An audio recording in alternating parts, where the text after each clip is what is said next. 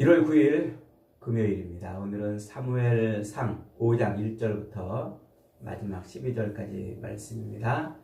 다곤 신을 무릎 꿇린 하나님이라는 제목입니다. 다곤 신을 무릎 꿇린 하나님. 오늘 본문은 이스라엘 백성들이 빼앗긴 그 언약궤를 블레셋이 가져다가 자기들의 그 신상이 있는 신전에 갖다 놓음으로써 인해서 생기는 그런 일입니다. 4장에서 어제 묵상한 대로 이스라엘 백성들이 블레셋과의 전쟁에서 승리하고 싶어가지고 하나님의 언약궤를 가져왔다고 그랬죠. 그것은 하나님을 하나님으로 섬기는 신앙이 아니라 부적신앙, 하나님을 섬기는 신앙이 아니라 부적신앙, 미신 같은 그런 신앙을 의미하는 거라고 그랬어요. 그래서 전쟁에서 이기고 싶어서 언약궤를 들고 나왔는데 도리어 그것을 빼앗겨버리고 큰 패배를 당했습니다.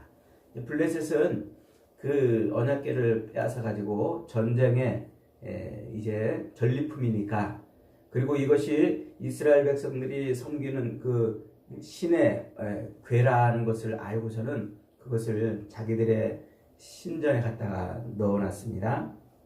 그래서 그 신전에 갖다 놓았는데, 요 다곤신이라고 하는 요 신은 이 블레셋 사람들이 원래는 해양 민족이었어요. 그래서 저 크레테 섬을 중심으로 지중해를 누비고 있던 그런 민족이었는데, 그들이 이제 세력을 요 가나안 땅까지 펼쳐놨어요. 그래서 지금 이스라엘하고 전쟁하고 있는 그 팔레스타인의 그 가자 지구, 그 지역에 정착을 이제 하게 되면서 그 바다를 이렇게 다니면서 섬겼던 그 신이 바로 다곤신이에요. 그래서 모양은 머리는 사람 모양이고 밑에는 물고기 모양을 하고 있는 그런 남자 인어 형상을 하고 있는 그런 신입니다. 이게 바다에 항해를 할 때 이제 풍어, 물고기를 많이 잡게 하고 또 안전한 항해를 하기 위한 그런 신이었는데, 이들이 요 가나안 땅에 정착하면서 요게 이제 풍요의 신으로 이렇게 점점 바뀌어가는 그런 과정에 있던 때이죠. 그래서 그 다곤 신상을 이제 신전을 세우고 거기에 이제 넣어 놓은 겁니다. 요 삼손이 블레셋 신전을 무너뜨릴 때 요 다곤 신상의 신전을 무너뜨린 것이죠. 자, 그렇게 다곤 신상에 넣는 이유는 뭐냐면, 요 언약궤가 이스라엘의 신의 언약궤라는 것을 알고 자기들의 그 신의 힘으로 또 이스라엘의 신을 누르고 싶은 것이었습니다. 그래서 우리의 신이 이스라엘의 신을 이겼다는 이런 선포를 하고 싶은 것이죠. 그래서 여호와를 자기들이 섬기는 다곤 신 아래 무릎 꿇리는 그런 일을 하고 싶었던 겁니다. 그러니까 이스라엘 백성들은 이 언약궤를 전쟁에서 승리하고 싶은 부적 같은 것으로 사용을 했고, 블레셋은 자기들이 믿는 신이 이스라엘의 신을 누르도록 하는 그런 일을 지금 행하고 있는 것이다, 이렇게 볼 수가 있습니다.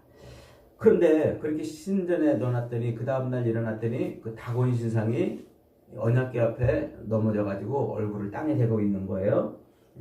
그러니까 세상의 신들이 얼마나 허망한 것인지를 오늘 본문이 말해주고 있죠. 우상은 사람이 만든 거예요. 우상은 절대로 사람이 기대어 섬길 수 없는 것임을 보여주고 있습니다. 그런데 지금 그 우상이 여호와 앞에 탁 엎드려져 있는 것이죠. 우상은 스스로 서 있지도 못하는 것입니다. 단지 사람들이 세워 놓았기 때문에 서 있는 것처럼 보이는 것이죠. 하나님은 다곤 신상을 쓰러뜨려 언약궤 앞에 엎드려지게 함으로써 그 우상이 얼마나 허망한 것인가 하는 것을 폭로시켜 주고 있는 것입니다. 자기들에게 승리를 안겨준 이 다곤신이 이스라엘의 그 언약궤의 기운을 꽉 눌러가지고 그렇게 자기들의 신이 위대한 것을 드러내보고 싶었는데, 거꾸로 그 신상이 언약궤 앞에 엎드러짐으로써 그 신이 얼마나 허망한 것인지를 지금 보여주고 있는 것이죠. 그래서 하나님만이 유일하신 신이시고 하나님만이 세상의 모든 것을 통치하시는 분이시고 세상에 있는 모든 신들은 다 우상이고 또 그것은 인간의 그 타락한 종교심에서 나온 그런 미신이라는 것을 지금 말해주고 있는 것입니다. 하지만 이를 깨닫지 못했던 블레셋 사람들은 이제 그 신상을 다시 이렇게 세워놨어요. 그랬더니 그 다음날 어떻게 됐어요? 이번에는 신상이 엎드려져 가지고 머리도 끊어지고 손과 손목이 다 깨졌다 이렇게 부러졌다고 말합니다. 그리고 이제 몸통만 남아있던 거예요. 그러니까 이 머리와 두 손이 부러져서 문지방에 걸려있고 몸통만 남아있는 그 모습을 보고 있는 거죠. 머리는 통치의 상징이라고 그랬죠. 통치의 상징. 그리고 힘과 권위를 상징하는 거예요. 그리고 손은 능력을 행하는 것을 의미합니다. 그러니까 이 다곤 신상의 머리가 깨지고 손과 손목이 부러졌다는 것은 그의 힘과 권위가 아무것도 아니다 하는 것을 보여주는 것입니다. 그래서 다곤 신은 능력도 없고 통치력도 없는 무력한 우상이라는 것을 그 한 장면으로 지금 보여주고 있는 것이죠. 그런데도 이 블레셋 제사장들은 그것을 깨닫지 못하고 도리어 그 다곤 신상이 넘어져서 걸쳐져 있던 깨져 있던 그 손목이 올려져 있던 그 문지방을 안 넘어다니는 걸로 그들은 이렇게 오히려 그런 미신을 더 만들어냈어요. 그러니까 문지방을 밟지 않는 그런 관습이 생겼다는 것은 그들이 하나님을 인식하지 못하고 오히려 또 다른 우상을 미신을 만들어냈다 이러는 것입니다. 5절에 보니까 그러므로 다곤의 제사장들이나 다곤의 신전에 들어가는 자들은 오늘까지 아스돗에 있는 다곤의 문지방을 밟지 아니하더라. 우상이 무너졌다면 우상을 버려야 되는 것 아닙니까? 그러나 타락한 인간의 이 종교심은 정반대로 흘러가요. 하나님을 두려워하기보다는 우상의 체면을 살리기 위해서 더 기괴한 금식과 또 의식을 만들어 금기와 의식을 만들어내는 거예요. 이게 타락한 인간의 본성인 것을 지금 본문이 말해주고 있는 것입니다. 그러면서 이제 본문은 더 직접적으로 세상을 통치하시는 분이 누구신가를 분명하게 선포하죠. 6절에 보니까 여호와의 손이 아스돗 사람에게 엄중히 더하사 독한 종기의 재앙으로 아스돗과 그 지역을 쳐서 망하게 하니 여호와의 손이 아스돗 사람에게 엄중히 더했다 그랬습니다. 이 표현이 이 엄중히 더했다 이 표현이 11절에서도 반복이 돼요. 11절 중간에 보면 거기서 하나님의 손이 엄중하심으로 그러죠. 그러니까 이 성경에서 여호와의 손이라는 이 표현은 단지 이 인간의 어떤 손처럼 의류적 표현이 아니라 실제 세상 역사에 개입하시는 하나님의 주권을 의미하는 표현이에요. 그러니까 하나님의 주권이 지금 어떻게 했단 말이에요? 그 다곤 신을 섬기는 블레셋 사람들에게 임했다 이런 말이에요. 그래서 엄중히 더하사라는 표현, 엄중히 더하사라는 표현은 카베드라고 이렇게 발음을 하는데 카베드, 이 말이 어디서 온 말입니까? 카바드라는 말에서 온 말이에요. 카바드가 뭐였습니까? 영광을 의미한 하나님의 영광을 나타내는 그런 표현이었잖아요. 그러니까 하나님의 영광이 그들에게 임했다 이 말이에요. 재미있는 것은요, 요 카베드라는 말이 또 어디서 한번 쓰였냐면 앞에서 우리가 어저께 읽었던 4장에서 엘리 제사장이 몸이 비대해가지고 그런 몸이 이렇게 무겁고 비둔한 자라 이렇게 표현하고 있잖아요. 그 비둔하다 하는 말이 요 카베드라는 말이에요. 또 그래 지금 본문이 언어 유희를 하고 있는 겁니다. 그러니까 요 엘리 제사장은 영적으로 무감각해져가지고 그저 먹고 마시기를 탐하는 자가 되어가지고 몸이 비둔하게 돼가지고 하나님의 영광을 보지 못하는 그런 어처구니 없는 인생이 되었는데, 그런데 지금 어떻게 됐다는 거예요? 그 하나님의 영광이 그에게서 떠남으로 그가 목이 부러져 죽는, 뒤로 넘어져서 목이 부러져 죽는 그런 일을 당했다는 것입니다. 그런데 지금 이 블레셋에게는 어떻게 했다고요? 하나님의 영광이 더해짐으로써 블레셋이 지금 고통을 당하고 있다. 이 말이에요. 그러니까 요 카베드라는 요 말 가지고 지금 언어 유희를 하고 있는 거예요. 하나님의 영광은 사라져도 고통이고 임해도 인간들에게는 고통인 거예요. 하나님의 영광은 인간들에게서 사라져도 인간들은 고통이고 영광이 임해도 고통을 당할 수밖에 없는 것이다 하는 겁니다. 그러니까 엘리의 며느리가 아기를 낳으면서 자기 아들의 이름을 이가봇이라고 말했잖아요. 영광이 떠났다 이렇게 말했지만 하나님의 영광은 그렇게 인간들이 뭐 떠나고 말고 할 그런 게 아니라는 거예요. 하나님의 영광은 하나님의 영광으로 그 자체로 인간에게 임해도 고통이고 인간에게서 떠나가도 고통이라는 것을 지금 그걸 말해주고 있는 것입니다. 그러니까 하나님의 영광이 블레셋 사람들에게 아주 강력하게 임함으로 말미암아 그들은 감당할 수 없는 그런 고통 가운데 지금 들어가 있는 거예요. 그래서 본문이 계속해서 그 독종의 재앙이 우연한 재앙이 아니라 하나님의 영광이 임한 결과라고 자꾸 반복을 해서 강조를 하고 있는 거예요. 그러니까 하나님은 이스라엘 백성들만 통치하시는 통치자가 아니고 온 세상 모든 만물을 통치하시고 하나님은 온 세상 백성들을 통치하시는 분이신 것을 지금 이렇게 보여주고 있는 것이죠. 그래서 고통을 당하니까 요 아스도 사람들이 이제 이것을 어떻게 합니까? 야, 우리가 이것을 어떻게 하면 좋을까? 머리를 짜내가지고 궁리를 합니다. 그래서 저 가드로 보냅니다. 가드는 어디죠? 가드는 삼손이 있던 동네고 그리고 골리앗이 나온 동네예요. 그러니까 골리앗이 나올 정도로 거기는 아주 힘이 기운이 센 곳이란 말이죠. 그래서 그 기운이 센 그 명당 자리에 갖다 놓으면은 요 언약궤의 기운이 약화될 것이라고 생각을 한 거예요. 그래서 이제 그들이 이 언약궤의 힘을 더 누를 수 있는 더 좋은 명당 자리인 가드로 보냈지만 그러나 거기서도 역시 똑같은 일이 벌어졌어요. 그러니까 이번에는 어디로 보냅니까? 에글론으로 보낸다고 그랬어요. 10절에 이에 그들이 하나님의 궤를 에글론으로 보내니라. 하나님의 궤가 에글론에 이른즉 에글론 사람이 부르짖어 이르되 그들이 이스라엘 신의 궤를 우리에게로 가져와 우리와 우리 백성을 죽이려 한다 그랬어요. 그러니까 이 부르짖음은 백성들이 언약궤를 이제 하나님의 궤로 인식했다는 것을 보여줘요.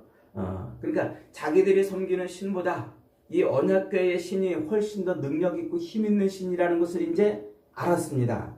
그래서 그것을 알았는데도 불구하고 어떻게 해요? 그러면 알았으면 이제 다곤 신을 버리고 여호와를 섬기는 신앙으로 돌아와야 되잖아요. 그러나 이게 인간의 타락된 인간의 본성은 점점 더 하나님을 멀리하는 쪽으로 가고 있는 거예요. 그래서 이 여호와의 그 언약궤의 신 여호와께서 자기들의 생명을 좌지우지하는 분으로까지 인식을 했지만 자기 생명을 그렇게 흔들 수 있는 분이라는 것을 알고도 거기에 기대지 않는 거예요. 이게 타락한 인간의 본성이라고 지금 말하고 있는 거죠. 그래서 결국은 요 블레셋 사람들이 그 하나님의 궤가 언약궤가 자기들의 생명을 좌지우지할 정도로 어마어마한 그런 신이라는 것을 알았음에도 불구하고 하나님께 오지 않고 도리어 이 신의 궤를 이스라엘로 다시 돌려보내자는 결정을 이제 하게 된단 말이죠. 그러니까 이게 인간의 타락된 모습인데 지금 이 말이 누구를 향한 말일까요? 이게 블레셋의 모습이 뿐만 아니라 지금 이스라엘의 모습이다 라고 지금 본문이 그 얘기를 하고 있는 거예요. 그러니까 이스라엘 백성들의 지금 신앙이 뭐라는 거예요? 그들은 이 언약궤를 가지고 나가면 전쟁에서 이길 것이라고 생각했고 마치 부적처럼 그렇게 여겼고 지금 이 블레셋 사람들이 그러는 것처럼 이스라엘도 똑같은 그런 우상을 섬기는 모습으로 이렇게 하나님을 섬기고 있다고 지금 본문이 말해주고 있는 거예요. 그러니까 본문은 하나님의 영광이 떠났다. 요 이가봇이라는 요 말을 가지고서 이스라엘과 블레셋을 동시에 지금 심판하고 있는 그런 모습인 것이죠. 이스라엘은 하나님의 영광을 가볍게 여긴 죄로 심판을 받는 것이고, 블레셋은 하나님의 영광을 무시한 죄로 심판을 받는 것입니다. 그러니까 하나님의 영광의 무게는 인간이 감당할 수 없을 만큼 어마어마한 무게라고 지금 말해주고 있는 거예요. 이처럼 오늘 본문은 언약궤가 자기들의 지경 안으로 들어오자 그로 인해 당하는 일들로 말미암아 블레셋 백성들의 행동이 이 언약궤의 기운을 누르고 싶어서 여러 곳으로 자꾸 이동시키는 이런 행동, 이것이 곧 지금 이스라엘의 모습하고 똑같다는 것을 지금 말해주고 있는 거예요. 그러니까 이스라엘 백성들 신앙이 뭐라는 거예요? 지금껏 블레셋 백성들이 그러는 것처럼 풍수지리를 믿고 또 명당을 찾고 사주팔자나 점이나 복술 등 이런 것을 믿는 신앙이었다는 거예요. 블레셋은 이런 버릇에 종노릇하고 살았어요.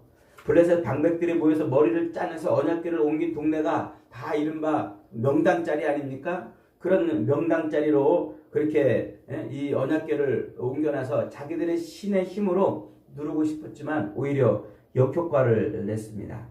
언약궤를 옮겨간 곳들은 다 이 소위 말해서 터가 좋고 다 텃세가 센 그런 곳이었죠. 그러나 그런 신앙이 그들에게는 통했지만은 하나님에게는 통하지 않았습니다. 하나님에게는 아무 소용도 없었습니다.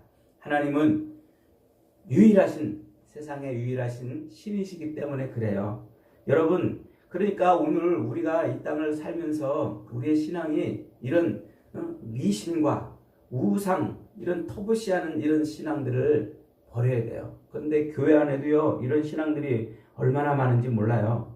사람들이 이사를 할 때도 교회를 다니면서도 이사할 때 퇴기를 하거나 또 액땜을 한다고 그러거나 10년 또 무슨 토정 비결을 본다거나 이런 일들이 수년 전의 통계로 10년에 토정 비결을 보는 사람들을 이렇게 조사를 했더니 기독교인들이 절반 이상이 되는 거예요.